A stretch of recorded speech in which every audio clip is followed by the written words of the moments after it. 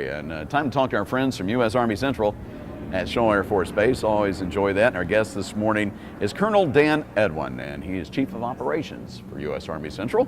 Welcome to the show, sir. Well, thank you, sir. It's an honor to be here and speak to the great people of Sumter. All right. Well, it's good to have you here. I got to admit, you look like a colonel. You got the bold head there. You got the square jaw. You look like you came straight from Central Casting there for a colonel if they need one for a movie. Well, let's just hope that my career path ultimately ends up in Hollywood, making big bucks. Well, there you go. How long have you been in the Army? Sir, been 27, going on 28 years. Wow. It's been an honor to serve. It's been an amazing day every day. And where are you from? Where you hail from? I'm actually from Dallas, Texas, sir. Okay. Actually, Plano, if you will. Yeah. You are Chief of Operations for U.S. Army Central. What does that entail? What does that mean exactly? Well, it's a great, an outstanding mission, sir. In the pursuit of continuous operations, we in the Army manage three planning horizons: the plans, the future operations, and current operations. I'm on the back end of that, current operations. It's operations within 72 hours or less. Yeah. In the synchronization, we're the control mechanism and the achievement of the mission. So we have all the people that think about it, get it together, and hand it to us to execute. And it's dealing with what we call Murphy, the Murphy's laws of fog, friction, and chance, of things that may go wrong, may not go right, may need more resources, and we synchronize that on a continuous basis. Any adjustments, we exercise different control mechanisms to make sure the mission is executed to the best and most efficient, effective way we can. I got to admit, you guys are efficient, and you train all the time. And I imagine that, it's like any tool. If you don't utilize it and keep it sharp, it's not going to be, ready when you need it. And you guys constantly are doing that. And I'm sure that's an important part of what you guys have to do. Absolutely, sir. And another aspect of the Chief of Operations is I'm also the officer in charge of our Contingency Command Post, which is a follow-on mission command note that we would deploy into SIGCOM's area of responsibility in order to handle other contingency operations. Do you have to coordinate a lot of things? I mean, I know that's a big area of responsibility that RCENT is responsible for, with 13, 14 different countries that are our partners in that area. Do you do a lot of coordinating with your counterparts from other military units from other countries? Yes, sir. So, in fact, it's 20 countries, 4 time zones, estimated population 541 million. Wow. Central area is very important to the overall global commons. Right. I would tell you the key and most effective mechanism we have for conducting building partner capacity or theater security cooperation is General Garrett himself. So we have an entire mechanism and apparatus of engaging with partner nations at different levels. We conduct numerous exercises, and there's quite a few happening right now. Right. So there is a lot of coordination with our partner nations. In fact, someday we may be doing a joint interview with one right here in this same coffee shop. Well, we've actually had a number of your partner, countries. The guests are here.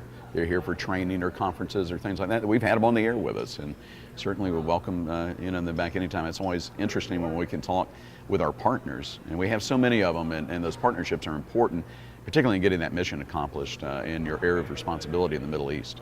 Yes, sir. So there is a numerous interaction with our NATO allies themselves, right. and then our partner nations of the countries in the region. Yeah. So, constant coordination, constant interaction, sir, on a daily basis throughout the entire RCENT enterprise. Yeah. My interaction goes through generally a second or third hand because of the forces, the tactical forces that are forward, of who we're coordinating with to execute those missions. Yeah. And until we begin to create that apparatus here at Shaw or here in the rear, as we call it, we'll move forward. How long have you been Chief of Operations now? Sir, about 6 months, sir. Prior to that, I was Deputy Chief of Staff in RCENT, serving a great Chief of Staff, coordinating and synchronizing our overall staffing efforts. Yeah. What is the most challenging thing about being the Chief of Operations, and is it the distance, the logistics? What would be the most challenging part of you being able to do your job as Chief of Operations? Yes, sir. So it's the same struggle that we all have, and that's what we call building shared understanding and maintaining it. Yeah. Because the environment, the mission, the operation is so complex, it's so dynamic. And there is definitely the time-space issue that we're dealing with our forward elements and different time zones and when things may be happening in theater, as we call it. So there's continuing to maintain shared understanding and ensure all understand that constantly. So that is the struggle daily. Yeah. What's the best thing about what you do? And you've been in 6 months now. You got your feet wet enough, certainly, to get a good grasp on the job. What's the thing you like best about it? Well, sir, I've been an operator, as we call it. I'm an infantry officer my entire career, but chief of operations for arson for 6 months. I would tell you, the most rewarding thing is what we're doing right now, sir. It's the people, it's the engagement, and they're what makes it a complex system, and they're what makes it awesome. They're fantastic people. I know as Chief of Operations, and of course arson headquartered here in Sumter at Shaw Air Force Base, do you get out of the office much, quote unquote? Do you get to visit infield, as you alluded to a minute ago? Do you spend a lot of time at a lot of our other bases and locations that you are around the world? Well, sir, I run a 24-hour continuous operation in current ops. It's 24/7 and constant communication forward. Interesting enough, this month I will bring the contingency command post forward on a training exercise. So it'll be really my significant opportunity to get out for a few weeks and engage forward in theater. And then in the spring, we'll conduct another exercise with our Jordanian partners. A fantastic exercise called the Eager Lion.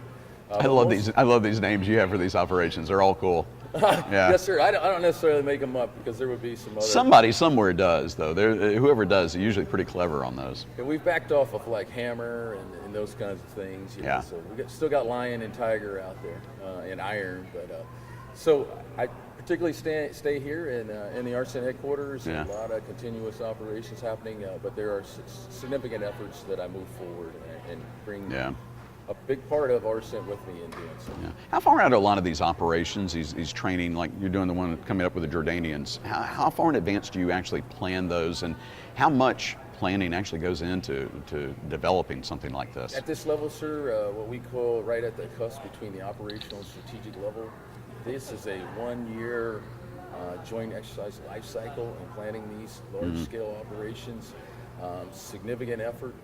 Significant coordination, and many of the planning conferences actually happen in our host nation's country.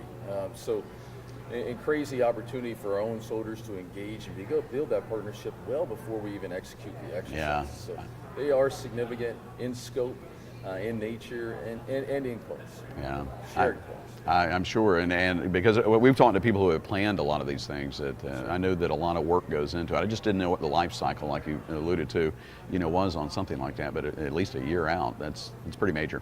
Absolutely, sir. They're planned for when they will occur at least 2 to 3 years out. But the actual conferences happen about a year out. How about that? You've been in 27 years. Going to make a career in this? I'm thinking about it, sir. Looking at 30 and beyond. However, I can continue to serve my country. It's been an honor to do such. It's given me so much education and opportunity, and I would have never got it any other way. So I wouldn't change a thing. Man, I think that's great what you guys do, and I thank you for your 27 years plus service to our country. I know that you've enjoyed it, but we appreciate you and the sacrifices I know that your family's probably had to make over the years as well too. Thank you, sir. All those that have served and continue to serve, I want to thank you for what you do. Well, I think this great community and this great Air Force base is absolutely marvelous to us all, and it's been a pleasure to serve here at Shaw Air Force.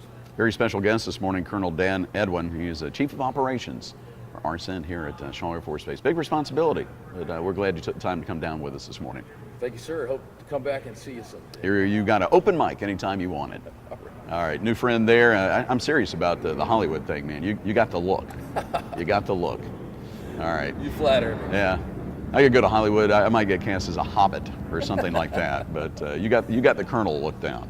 All right, we got to take a break. We come back. We're get ready to wrap it up. We got some of our new friends from Public Affairs here at 20 Fighter Wing, Shaw Air Force Base. That is where we're broadcasting live today from their headquarters here at the Support Services Building at Shaw.